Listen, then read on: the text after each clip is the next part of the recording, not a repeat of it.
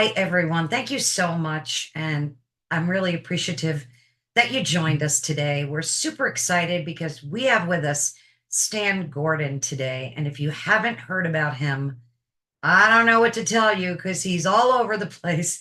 He has a long bio, of course, very notable one.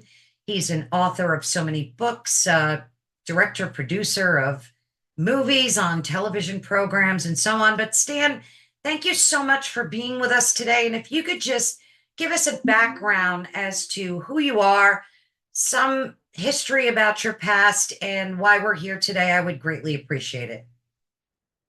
Okay, Caroline. Well, I got involved in this. I'm in the Pittsburgh, Pennsylvania area.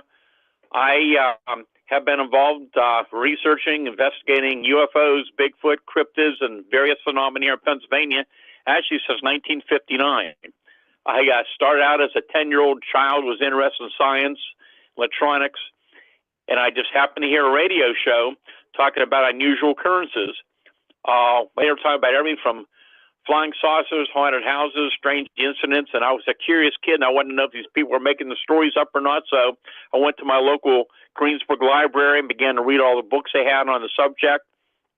I was 16 years old in 1965 when the UFO incident happened near Kecksburg, Pennsylvania, and I started investigating that case in the day or two right after it happened, and I've been out in the field ever since. And in 1969, I'm giving you the very short part of what I've been involved in. I set up a hotline for the public to report UFO sightings. I began to make contact with the local media and the police departments in the area, and that phone never stops ringing. It is constant reports coming in very often. Between that and email reports, I receive many reports on a regular basis all year round. 1970, I founded the first of three volunteer research groups to investigate these incidents that for many years would investigate all these phenomena across the state of Pennsylvania for years and years. First group was founded in 1970, the Westmoreland County UFO Study Group. It was kind of a unique group in that those involved were mainly specialists. We had scientists, engineers, technicians, police officers, former military specialists, all kind of just amazing people with backgrounds who did this voluntarily. We all did this around our full-time jobs. And by 1973, I was set up so we could investigate and cover the whole state of Pennsylvania. And so for many, many years, we did that. I don't have my groups anymore as such, but I'm in contact with many other researchers and groups who are out there actively investigating these cases. And so it's been amazing. I've investigated thousands of UFO sightings and hundreds of Bigfoot and cryptid sightings. Reports come in every year, a lot of activity. Last year, this year, it's just amazing what we're finding out. And we've learned a lot about these various mysteries, but I don't think anybody for sure has the answers to what we're dealing with. The more I know about it, the stranger it is. I agree. I agree. So let's talk about, some of your books. I know you've written how many of them, Stan? Several of them at least, right? I've written 4 books. The first book was called Really Mysterious Pennsylvania, and that deals with just a lot of amazing cases where people were physically very close to low-level UFO sightings, these strange spheres of light, spherical objects very close to the ground, very near them, which have been increasing more and more in recent years. A lot of strange creature reports, Bigfoot encounters. The second book is called Solid Invasion, the Pennsylvania UFO Bigfoot Case Book, which is still very popular. People from actually around the world still call me about that because that dealt with the biggest UFO outbreak in history anywhere in the country here in Pennsylvania in 1973. There were hundreds and hundreds of UFO sightings coming in all year long. So you've got to remember 1973, because I'm sure we'll talk more about this as we go on. There was no cell phone, no internet like today. So the public didn't know what was going on. But many of the local and statewide newspapers were picking up many of these reports.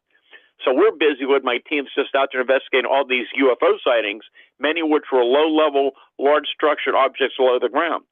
But then in the summer of 73, we had the biggest Bigfoot outbreak ever documented, which continued on until 1974.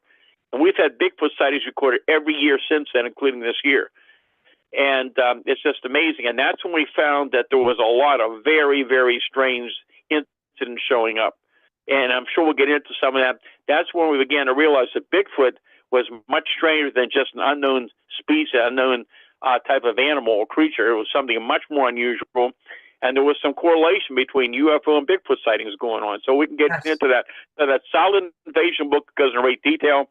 The third book is Astonishing Encounters, which again covers all these other cases of all these very strange creature Bigfoot sightings. And the most recent book is called Creepy Cryptids and Strange UFO Encounters of Pennsylvania. It goes into very detail about a lot of the very strange patterns I found, correlation between not only just the UFOs, the balls of light, Bigfoot, but also other cryptid reports and the similarities. And the more I know about it, I'm telling you, it's more and more indication we're dealing with something that's interconnected with various type of phenomena. And so that's Creepy Cryptids and Strange UFO Encounters of Pennsylvania. And the books are all available on Amazon.com or BarnesandNoble.com. Yeah, I'll make sure I put the links to that and to your website as well, which is stangordon.info.com or /WP. No, it's www.stangordon.info, I-N-F-O, stangordon.info. Oh, okay.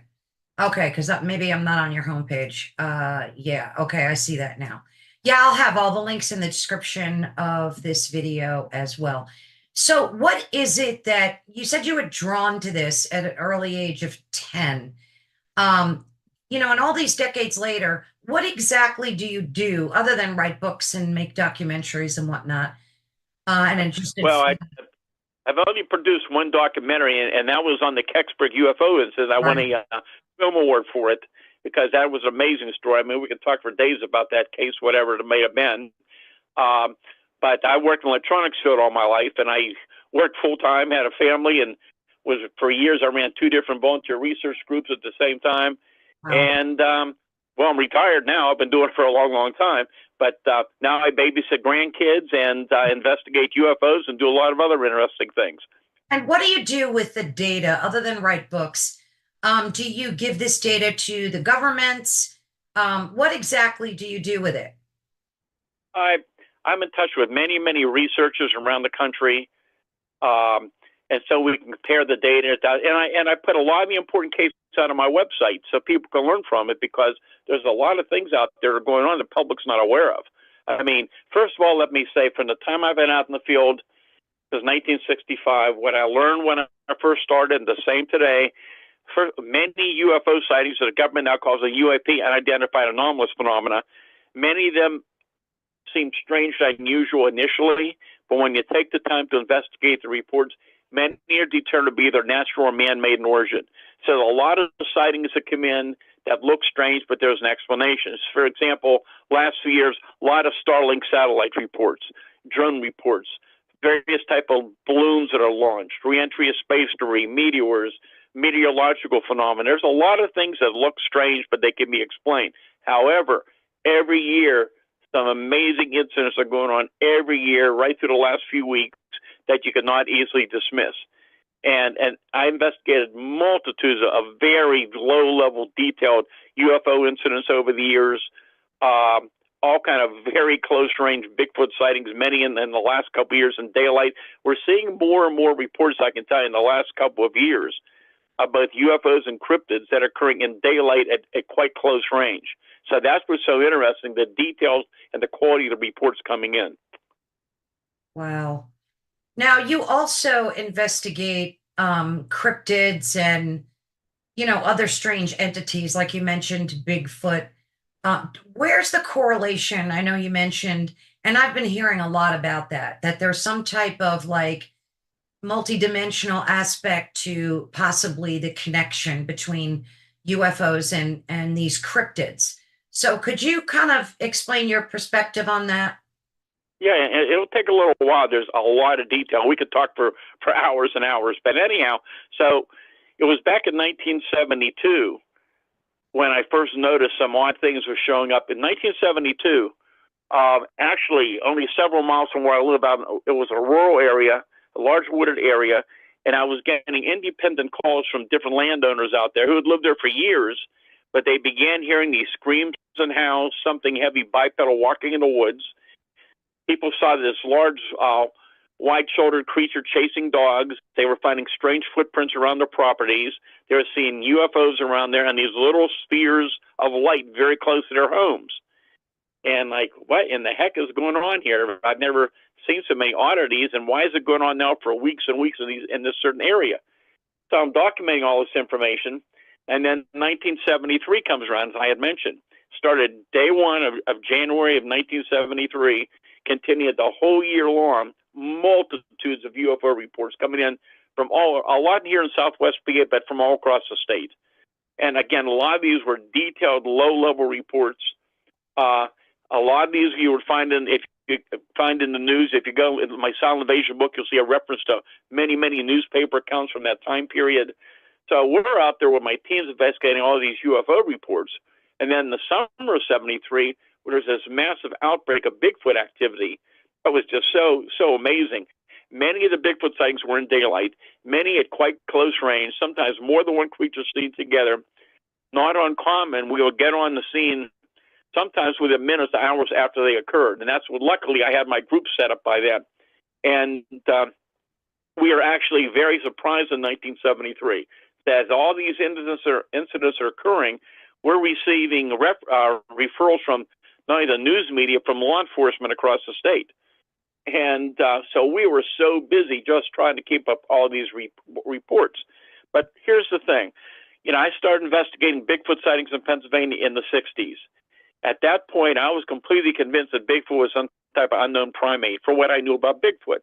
And there had been a history of Bigfoot sightings in Pennsylvania going back to Native Americans, and even for the newspaper accounts from the 1800s. They talked about sightings of these huge hair-covered creatures in the woods, but they didn't call it Bigfoot back in those days. It was basically the wild man of the forest, or wild man of the woods.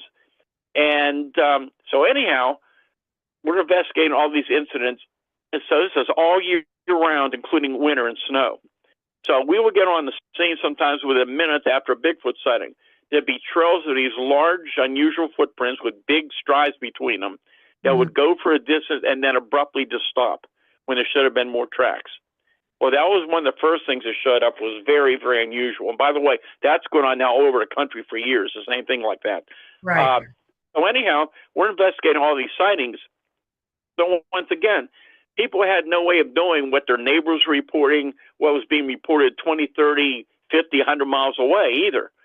And all these reports are coming in, and there's consistency, there's patterns developing. There are people extremely reluctant to even tell us about some of the weird things they were experiencing. But just to give you an idea, so one area here in Greensburg where a number of incidents happen in daylight as well as at nighttime, where people were very close to these things and odd things are going on. The animals are going crazy. Anyhow, there was one area where during daylight, people in different locations would report that they see this huge hairy creature in daylight, let's say 40 or 50 feet away, just standing there, that suddenly would vanish and moments later would reappear maybe 10, 20 feet away at another location. But we weren't hearing those reports just in one spot. We were hearing reports over the months from other widespread locations as well. And then we began to see a pattern. We'd have a UFO sighting in a particular area. Within minutes to hours or days later, we'd have a Bigfoot sighting or vice versa.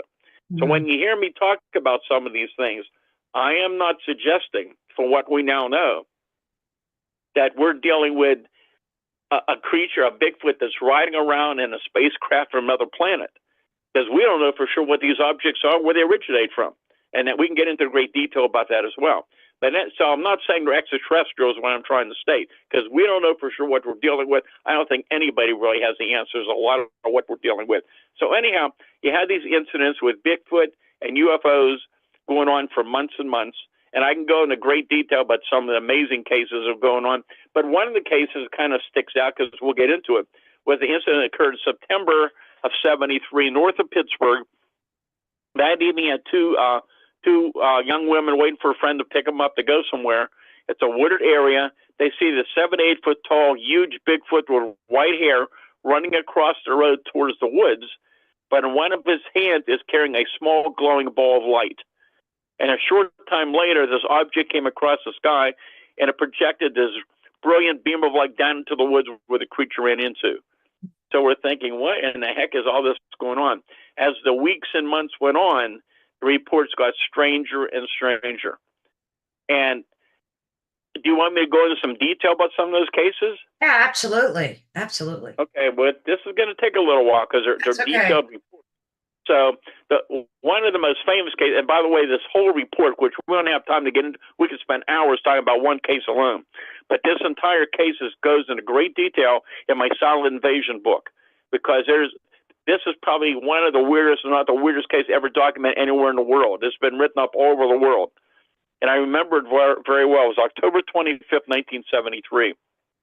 There were numerous UFO reports coming into my hotline from across the state during that 24-hour period. But it was about 10:30 that night. My phone rings. I get a call from a state police officer from the Uniontown State Police Barracks in Fayette County. And by the way, Fayette County has been historically and continues to be probably one of the most active areas in the country for ongoing anomalous encounters, from UFOs to Bigfoot to cryptids, especially along the areas along the Chestnut Ridge. That mountain range extends through Westmoreland, Fayette, and Indiana County in southwest Pennsylvania, and extends a few miles outside of Morgantown, West Virginia. There are sightings all along there, but there are certain particular areas where the phenomena, for whatever reason, seems to focus on, and that's very, very intriguing. That's what I've been finding for years, that you can have encounters anywhere, but there are certain specific locations or properties where the phenomena seems to be very, very active for years and years. And there's places like this ongoing right now in Pennsylvania. So that's very intriguing. So getting back to the story. So I get a call from the state trooper from the Uniontown Barracks. He just came back from investigating this multiple witness UFO landing on this farm in Fayette County. And I found out about 9 o'clock that night, he had 15 witnesses. They're outside. They observed this huge, maybe 100-foot in diameter, this huge barn-sized red sphere, about 100 feet off the ground, hovering, but beginning to slowly move downward. And so I always focus the story on the farmer's son who was coming out to visit his family. So he'd be the adult in this group we'll be talking about. And he's riding down the farm road to go to the farmhouse, and he sees these people standing outside watching this thing, which he sees. So he goes to a better location, get a better view, and there were two young boys in that family, and they're all watching this thing coming down, three of them, and it looks like it's going to land. So they thought, we want to go and see what this thing is. So before heading up towards the pasture, they go over to his dad's farm, and he obtains a 30-06 high-powered rifle and a handful of ammunition. He didn't realize it at the time. He had two tracer bullets in the ammunition with the regular ammunition. So when you fire those tracer bullets, just get that luminous trail. So anyhow, they're riding down the farm road. The dogs around the area are going crazy. They had this high-pitched whining noise and these baby crying sounds. As they're getting closer and closer to the pasture, the sounds are getting louder. So they finally make their way towards the pasture. They park their vehicle. And again, I'm giving the short part of the story. There's a lot more details we could tell you about. But anyhow, they're walking up the hill towards the pasture, and they finally get to that location. When they get up to the area, they're standing there in amazement. About 250 feet away, that huge object has now landed on the ground or right above it. But it's no longer a complete sphere. It's like a big white dome, like a half a sphere. So anyhow, they're watching this thing. It's making this loud whining noise, illuminating the whole area. And they're just trying to figure out what the heck is this thing. Well, as they're watching this thing, their attention's drawn. There's a barbed wire fence about 75 feet away. It was along that barbed wire fence, they see these two huge hair-covered Bigfoot-like creatures walking one behind the other very stiffly, kind of stooped over in their direction. The one in front's about 8 feet tall. The one behind it's about 7 feet tall. They have very long, dark, matted hair hanging off the body. They have no neck. The arms are so long they're hanging below the knees, almost to the ground as they're walking. They're making this loud baby crying, whining noise, and they have large, luminous, green, glowing eyes. The one kid is so frightened he ran out of the field. So the other boy yells at the adult, shoot him, shoot him. The guy takes his first shot. He fires over their head, didn't realize at the time it was a tracer bullet. Well, there was no response at that point. He fires that second tracer. When he fires that second tracer, the largest of the two creatures reaches out as though to grab that tracer and makes a loud whining, crying baby noise. And that huge glowing object vanishes. It doesn't take off and accelerate. It just disappears. So at that point, most of the luminosity and the sound is gone. The creatures turn around slowly, start walking back along the fence line towards the woods. At that point, the guy's loading his 30-06 with live ammo. He's firing into them directly, and there's no response, no indication they were being hurt in any way. So they run back to their truck. They go back to the farmhouse. They told the family what happened. They took them to a neighbor's, and they called the state police. Troop arrives 45 minutes later, and anyhow, the witness said, look, just forget about it. You're going to think I'm crazy. And the troop said, look, we had a report of two similar creatures up in the mountain the night before. I have to take a report. I have to investigate it. So they went up in the troop car, and they're looking for evidence where the object was on the ground. And the trooper told me when they arrived on the scene, the area where the object had been on the ground was self-luminescent glowing, about 100 feet or more in diameter. He said he noticed, one, that the farm animals wouldn't go anywhere near it. He said he had a flashlight beam into it, but he could barely see it. He said he was certain if he had a newspaper, he could have crouched down in that glowing area and read the newspaper from the light coming off the glow. Wow. That's when it gets much stranger and stranger. I was told they went back to the barracks a short time later. Both the trooper and the witness were taken to two separate rooms. They were separately interviewed. Then they called me to send up my team. And by the time we got there, it's already almost early morning. And we spent the whole night up there. And what happened during the night continued to be one of the strangest stories on record. I don't have time to get into it, but I can tell you there is no doubt in my mind it was real. There was a big investigation going on. A famous psychiatrist at the time who was very interested in these things, Dr. Berthold Schwartz, came and spent a week up here investigating the whole incident, went away convinced everybody was telling the truth. That's when we began to realize we're dealing with something that's much stranger than an unknown animal. But in the weeks ahead, things got even stranger. So if you want now, I'll tell you about the case that convinced me that Bigfoot is something other than a normal flesh and blood animal. Yes, please. Okay, so this now goes in the February of 74. So it's February 6, 1974. And I'm sure some of your listeners will remember this time period. There was a big national trucker strike going on. There was gas rationing across the country. So everybody remembers the gas rationing. Absolutely. There was violence across the highways, across the country. In Pennsylvania, both the National Guard and the state police were patrolling together during that time. You had some members of both teams that responded to this incident. I couldn't get gas early the next morning to get up to the scene with my team. Anyhow, what I learned was, so here's this woman who lived very deep in the mountains in this little cabin home, lived in the woods all her life, knows animals very well, was a very good shot, pretty much not afraid of anything.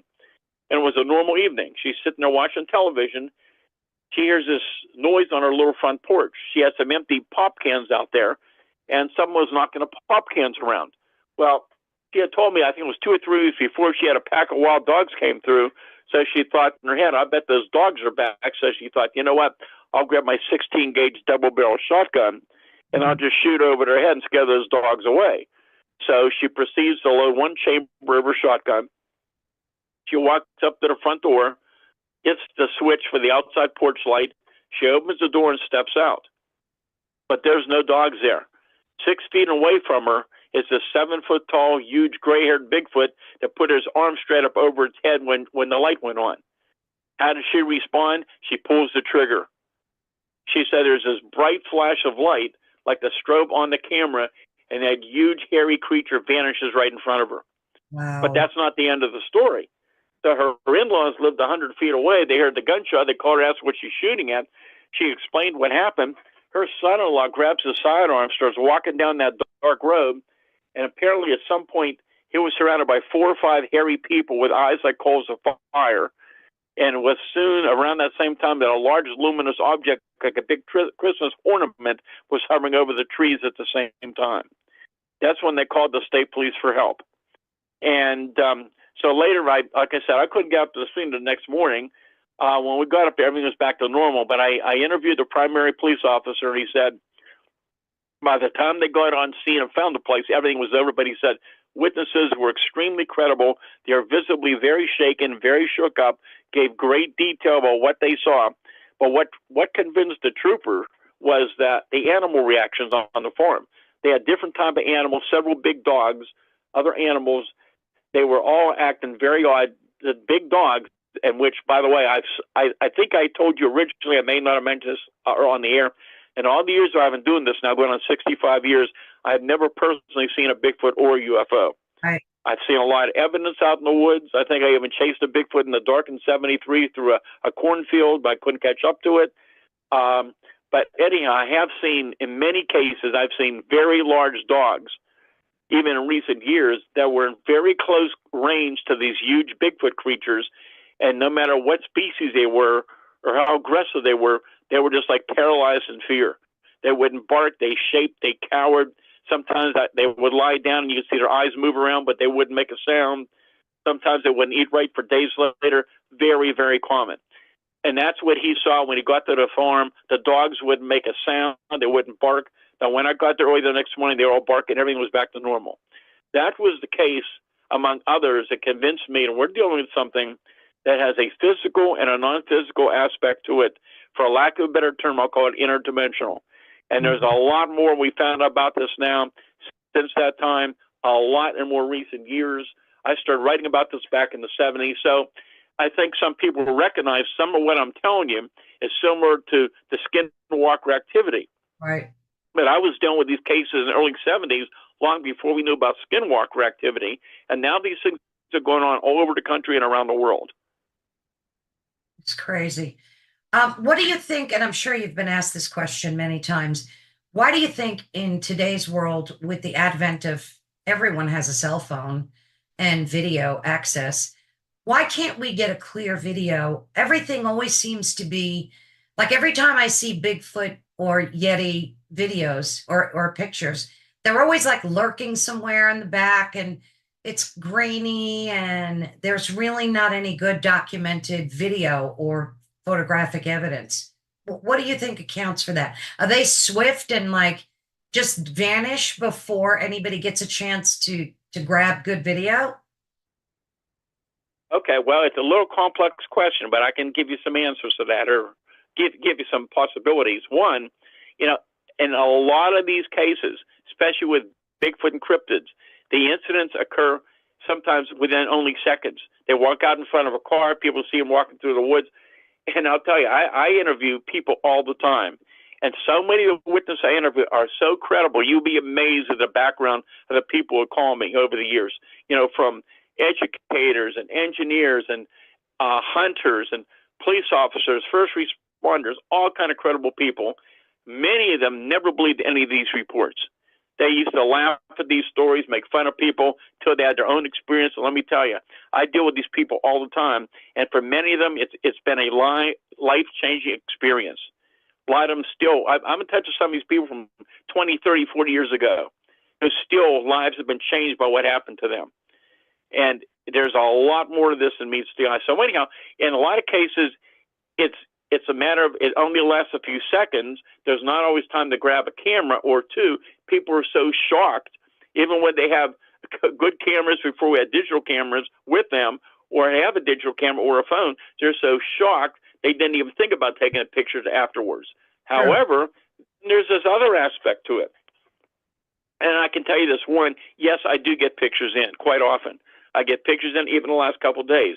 So I get many cell phone pictures in. I get security camera footage in. I get game cam footage in. Some of it is very, very interesting. If you go to my website, you'll see some very interesting pictures taken in the last couple of years, even this year. Many of these are what the government calls the Tic Tac reports. I've been receiving these reports for years and years, going back to probably late 60s, at least early 70s. So these are these long, cylindrical, somewhat cigar-shaped objects that are wingless. In the last few years, there have been more and more reports of these things in daylight, all around here in western Pennsylvania, other areas in daylight, just hovering in beautiful skies and afternoons. And many witnesses say they're watching this thing, and suddenly it just vanishes. It doesn't accelerate and leave, they just vanish. Or in some cases, they fade away. In some other reports like this, they move extremely slow across the sky. And yes, we have some videos of that. But in some cases, they change, they just physically vanish and are gone. So yes, there are some pictures of these things, but it gets much stranger. There have been, in the last year, 2023, we had a very big increase in very detailed, low-level, close-range UFO encounters in Pennsylvania. So these involve not only the reports of these cylindrical wingless objects, but also large, solid, black, silent, triangular objects. And again, not just what's happened the last couple of years, but even over past years, we've had incidents where people have. Let me give you an example. Okay, so this is my memory is 2015. This is up in the mountains near Donegal, PA, so kind of on the border of Westmore and Fayette County. Again, active area for phenomena. So this fellow, on this particular morning, it was a beautiful morning. He's sitting in his kitchen next to the window drinking coffee. His big dog's lying on the rug. All of a sudden, it got jet blackout, like a terrible storm just instantly came out of nowhere. You think, what the heck's going on here? He grabs his fully charged cell phone. He calls his dog to go with him. The dog would not go out. The dog goes with him everywhere. The dog refused to go with him. So when he walks out, he grabs his fully charged phone. He walks out to his backyard and his driveway. 500 feet above him is a huge, solid black triangular object just hovering over him. What's he do? He grabs his fully charged phone, hits the record button, and seconds later, his fully charged battery is completely drained of energy. That has been going on more and more in recent years. So we have numerous reports of people who have attempted, even last year, to take videos or still pictures of these objects that were very close overhead. In some cases, they hit the record button. They're seeing the image on their phones, but when they play it back, it's not there. Or only maybe a brief, maybe a still picture is not real clear. That's been going on more and more. And the other thing is really, really intriguing. And I think this is a very big part of the whole phenomenon we're dealing with. And a lot of people don't talk much about it. You're beginning to hear more about it on some of the TV shows now and some of the podcasts, because I've been talking a lot about it too. I've called these objects mini UFOs for years. I was aware of this since the 1960s, these kind of cases. They are definitely increasing. 2022, we had the biggest increase in reports of these small, generally spherical objects, but not always.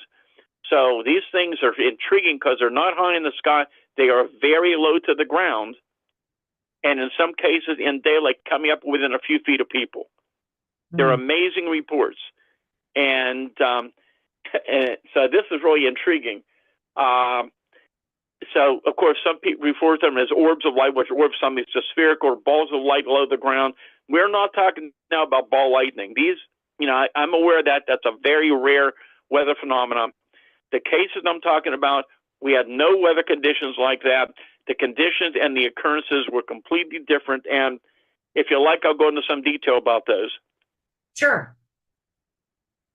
All right. So and again, there are so many different cases, and some of it is very, very weird. Over the years, well, let me tell you this. What I found out is the smallest size ones are about the size of a large, oversized firefly or lightning bug. Mm-hmm. But most of them are around the size of a golf ball to a baseball to about a foot or two in diameter. And there's some variations there too. Generally spherical. Sometimes they look completely solid. Other times they look more like a bubble or they're transparent. There have been some reports where some type of a mass moving around inside of them. I've had reports for years of these things in daylight, pacing vehicles across Pennsylvania, entering people's homes and cars through open windows, sometimes now appearing inside of people's homes, going right through the walls of the house, right through the walls of the vehicle. I've had them actually kind of just, I don't want to say banging, but kind of knocking on the windows, living room windows of people's homes, and when they see them, they fly off. We've had them come up very close to people. So October of 2022, up in Fayette County, one of my research associates, Jim Brown, investigated this case. 6 o'clock in the morning, it was very cold, and this man was just in his, I believe it was robe and slippers. His wife found him sound asleep on the porch outside, which she would never, ever do. She had a heck of a time waking him up, I was told. When he awakened, he told her he was walking out to get the newspaper just been delivered, and here was a small sphere of ball of light right at the head level. And as he got close to it, it was within a few feet of it. He got so tired he couldn't stay awake, and he fell asleep on the porch. 3 days later, outside of Ligonier, PA, which is a very active area. So you have the Chestnut Ridge, and then soon after you have the Laurel Ridge, which is also very active too. And this occurred that day, 3 days later, 2:30 in the morning. This woman awakens in her home to go to the restroom. She comes out of her restroom, and 5 feet away in her living room, which has an older house, high ceilings, there's this, I believe, about 1.5 to 2 foot diameter, dark blue sphere hovering right there in the living room. She could see like a dark mass moving around the side of it. She told me, she said, I remember taking one step close to it. I felt like a slight electrical shock. And she said, all of a sudden, I got so tired, I couldn't stay awake and went into bed and fell asleep. And she said, the next day, I felt very weak, very sickly. And she said, this makes no sense. I'm an insomniac. I don't fall asleep like that. So you had 2 similar physiological effects reported within days of each other. And that's just a sample of what's going on. But it gets weirder and weirder with the reports coming in. There was another case up in Fayette County. I believe it was a year before. I'm so confused now. I have so many cases the last few years. But anyhow, it wasn't long around the time period in daylight that 2 people were outside that afternoon, beautiful afternoon, out in their yard digging, planting some whatever they were planting. They noticed this bright, shiny object, not that far away. I think it was about 50 feet away, about 10 feet off the ground, slowly gliding towards them in the afternoon. They thought it was a Mylar balloon at first. It's about 2 feet in diameter. It's bright, shiny silver. As it gets closer and closer, it gets brighter and brighter, and they realize it's not a balloon at all. And I don't have the report right in front of me, but as I recall, as it got very close to them, it was like a little snap, and like a sound almost like a firecracker went off. And there was like an electrical jolt that went from the object to the ground that moments later set that small area on fire in the field that they immediately put out, and that object vanished. So Jim, my research said, got on the scene within 45 minutes. Had this been a firecracker or been a Mylar balloon that had exploded, there'd be residue all over the place. There was absolutely nothing on the scene there to explain it away. Right. There was another case a number of years before, and I'm just giving you random reports. A fellow's riding down the road out in the country one afternoon, and here's this solid small ball of light on the ground blocking his passage. So he knew, he thought it was very strange, he'd have to get up and go over and move this thing so he could get home. He opens his car door, takes a few steps towards it, and the thing begins to fade away, vanish, and disappear. And then, just to give you another example, and this just is in October of last year, so right around the end of October, 4 o'clock in the afternoon, inside of an apartment building, in an apartment, 2 people sitting there on the couch watching TV. 3 to 4 feet away, suddenly, this about 3-inch diameter round sphere, like a little kind of a golden color, made no sound, just suddenly appeared. It's fluttering around in the living room. It moves up to about 4 feet high in the living room and just hovering. Then suddenly, about 10 similar objects that may have separated from the main object suddenly appears. So you have all these little spheres of light fluttering around about a 6-foot area in the living room. This went on for about 1 to 2 minutes. 2 people were startled. They didn't have a phone. They didn't have a cell phone or a phone or anything to take a picture with. And suddenly those little ones, they all vanished, but the main object was there. It fluttered, moved back behind the television, and disappeared, and they never saw it again. That's just the kind of things that are going on that the public never hears about. Right. It sounds similar to like orbs like for when you're watching like a haunting investigation, you hear so much about like people seeing these orbs. Do you think there's a connection between like the spiritual aspect of this and UFO sightings? I mean, are any of these things tied together, do you think, or are they separate? Now, I think some things might be. You got to look at each case individually, but there are some similarities. For example, and I know I'm always been interested in hauntings. That's not my thing. I deal mainly with cryptids and UFO cases. But interestingly, over the years when I first started this, I began to realize sometimes you have these other paranormal events being reported on the property. So you Mhm. can't just eliminate these things. People talk about apparitions and ghostly events and paranormal stuff going on with some of these locations where some of these other phenomena are occurring as well. And I can tell you many years ago, I was invited to speak down in eastern PA outside of Gettysburg, not too far from there, I believe it was. It's maybe 20 years or more ago. I can't remember at this point. And anyhow, I did not know this, but they had gotten permission. Some of the other speakers were ghost hunters, and they were pretty good ones. And Mhm. they all had those big old heavy duty shoulder mounted camcorders. Mhm. Well, I didn't bring any equipment with me because I didn't know we were going. So anyhow, they got permission to go in this private, alleged haunted house, and that's when some of the little more advanced camcorders came out with the night vision and the side viewers on, and some of these people had pretty good sensors for cold spots or whatever, and they were seeing these little orbs in some of the side and some of the viewers. I was watching them myself moving around, and I'm watching with people. I think there were 6 other people who had camcorders with them. I'm moving around. This was so interesting. Within a few minutes, all 6 of the camcorders, all the batteries lost power. They were all drained of Yeah. power. Yeah, you hear So about that's that. yeah. So that's similar to what's going on with people who are trying to take photos and videos of the orbs of light below the ground with some really sophisticated night vision equipment. Everything was fully checked out, ready to go. You're hearing this more from all across the country, but here's the other pattern. For years in Pennsylvania, and now going on around the country, we hear some reports in locations and areas. We have a history of Bigfoot sightings. Many researchers or witnesses are seeing these small orbs, balls of light, low the trees or coming low the ground and coming up very, very close to these witnesses. That's been going on even in recent months, I've been told. And we have an area out here that the Pennsylvania Bigfoot Society and some of the other researchers have been investigating. They uncovered, I believe, in the last couple of years while investigating Bigfoot activity. It is another hotbed for ongoing phenomena, from cryptids to UFOs to Bigfoot activity to weird screams, the orbs of light commonly being seen. So you'll hear, I'm sure, be hearing more and more about this place over Oh yeah. time.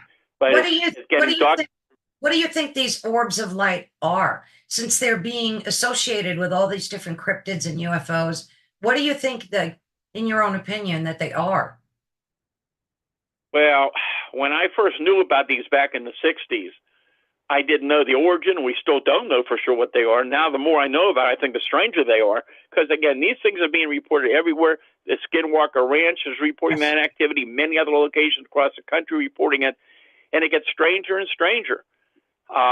Like I said, when I first knew about these in the '60s, I thought these were some type of device that was sending it back audio and video information to some source, whether it was man-made or something else. We didn't know. But now, the more I know about these orbs of light, there are reports coming in. Some of them I'm even reluctant to talk about. But I know you've talked to Simeon about these. He's Yes, had some. absolutely. He's heard these reports. There's other investigators I've talked from all over the country. They're getting similar reports. There are people and I've interviewed people myself who say that what they're dealing with is so bizarre, even with the Bigfoot phenomenon. There's so many aspects that people don't know about that. Again, there seems to be a physical and a non-physical component to it. And when these balls of light, people swear they've seen these balls of light change into other life forms, other creatures. Yes. People swear they've seen creatures change to other creatures.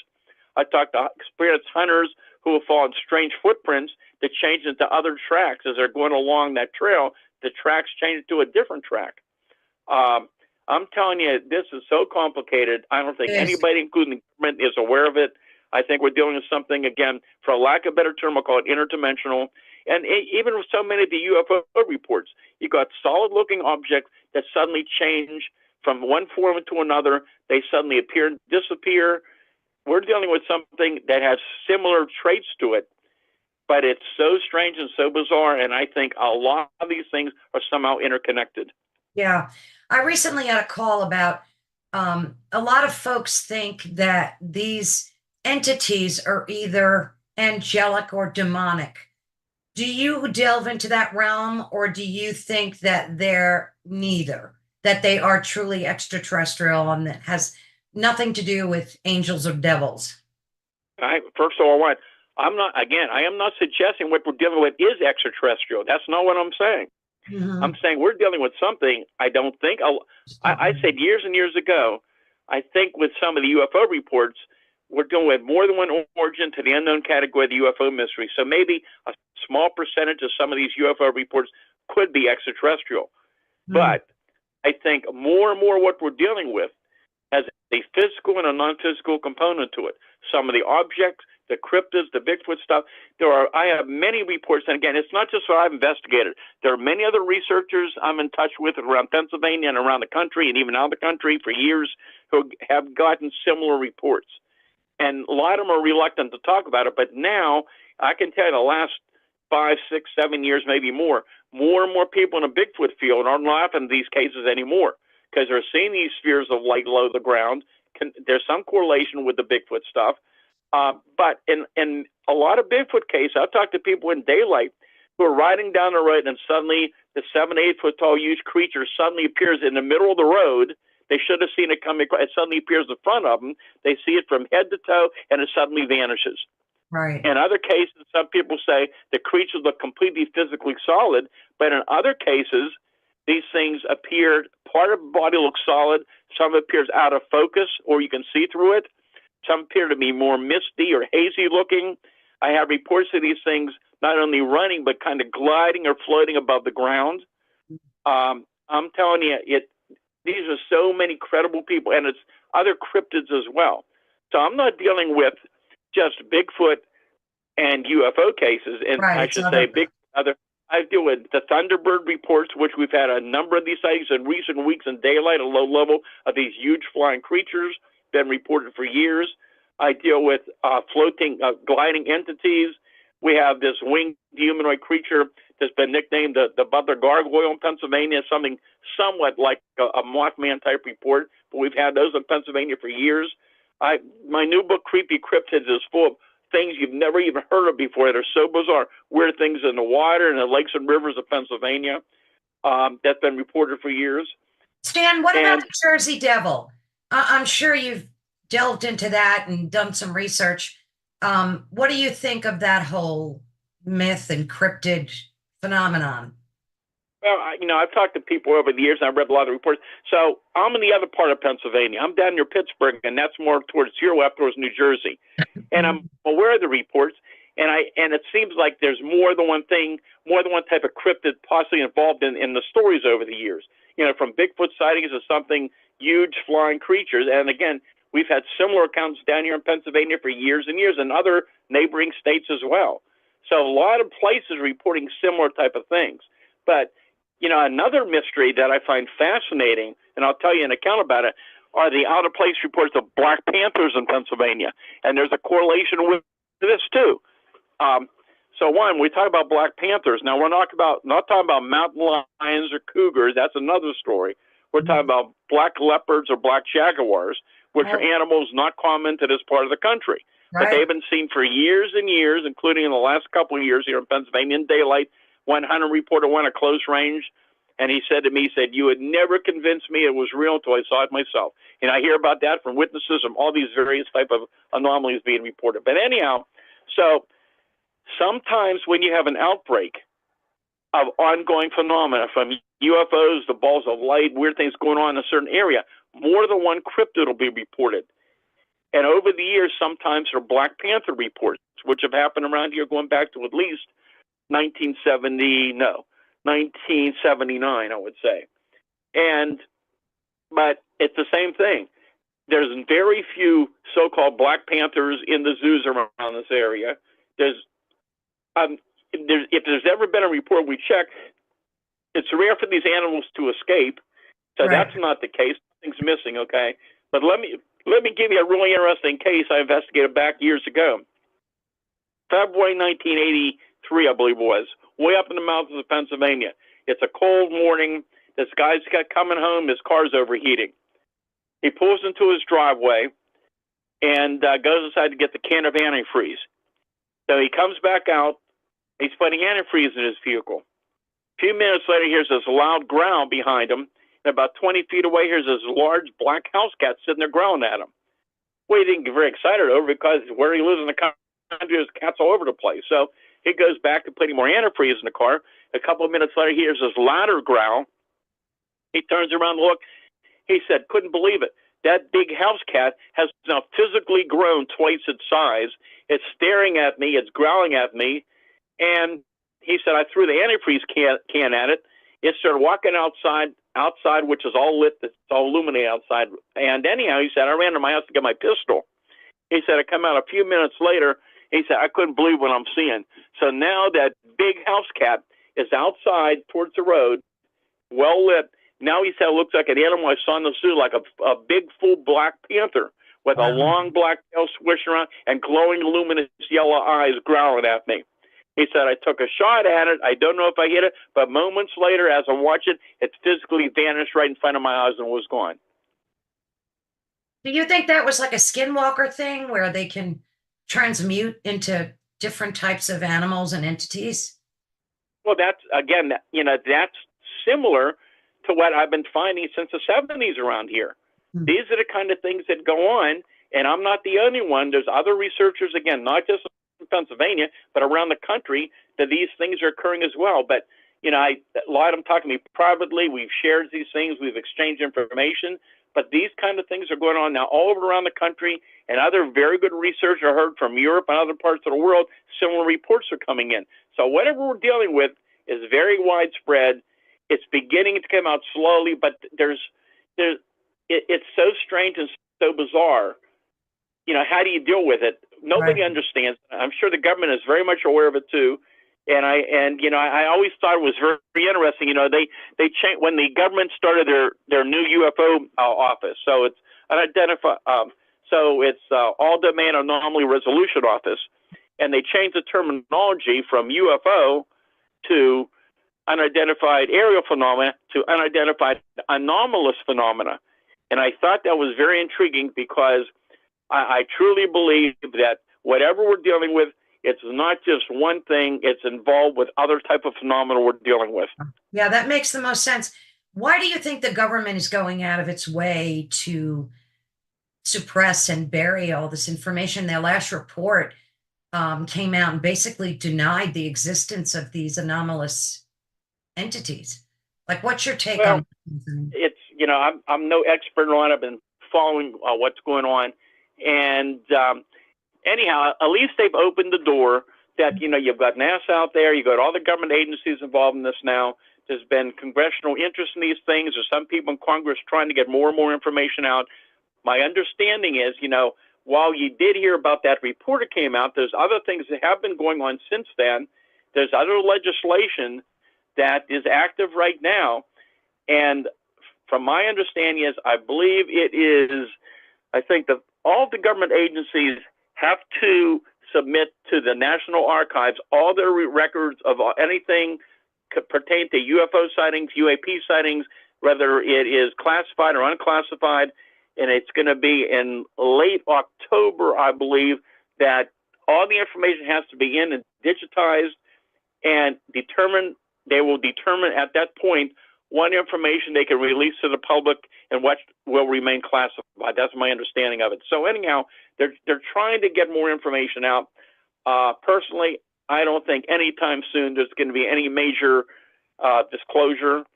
I think that this is going to go on for quite a while because I think the government's in a position where they know these things are happening. They're not in control of it. And I think they're realizing whatever we're dealing with is so strange. Nobody has the answers. And right now, it's just not the situation where they can come out to the public and really talk about it because they don't know what we're dealing with either. Right, right. Well, that makes the most sense. So before we say goodbye, tell us what your plans are, what you're currently working on, what you're projecting that you're going to be working on. What do you have in the works? Well, I'm dealing with cases all the time. I mean, quite often. I mean, we've heard reports in the last few days coming in from areas. We're trying to check on some of those, but reports come in all the time. It never stops. Plus, old reports come in. People report things all the time that they experienced in past weeks, months, or years. They never reported, and so that's going on. I'm doing many speaking events. I've been pretty much booked all year to do many events around here. We have a lot of big events coming up. We have the Kecksburg UFO Festival coming up July 19th to 21st here in Kecksburg, PA, and thousands of people come in from all over the country. If you go to my website, there's some really good. We have the Pennsylvania Bigfoot camping adventure coming up in September. We have another new event in the Chestnut Ridge coming up in August. If you go to under my website and upcoming events, I keep putting them on. So some really interesting events going to be occurring this year. Some new ones. I'm going to be at, well, I can't even think of all the ones that are booked this year, but I have a lot going on. There's a lot of interesting things in the works, I could just tell you. And I think in time you'll be hearing about some of these things. So there's a lot of interest in what's going on, I can tell you that. Yeah, I've been showing your website to the folks. And again, I'll put all the links so that people can, of course, visit your site and possibly go to some of these events too. I'm sure they're a lot of fun and very interesting. Well, Stan, thank you so very much. This has been absolutely intriguing to me. And I'd like to stay in touch with you and possibly check back in and see what's happening down the road. That's fine. That's great. And I understand where you're from. And yes, I get reports from across the state, and there have been reports for years all through the area, up northern Pennsylvania, up around the New York PA border. It's going on everywhere. I mean, I don't think there's an area around Pennsylvania there haven't been reports of something going on. Gosh, I haven't seen one yet, and I'm in Eastern PA, so I keep going out there and looking up and hoping someday to see something. That's it. Well, there is activity in your area, so keep your eyes open. Well, thank you so much, Stan. And of course, I will be in touch with you. And if anybody has any questions, please feel free to leave them in the comments below. And I'm sure Stan will pop back in and be able to answer some of them. Thank you so much, Stan. God bless, and I'll be in touch soon. Okay, thanks very much. Have a good day. You too. Bye-bye.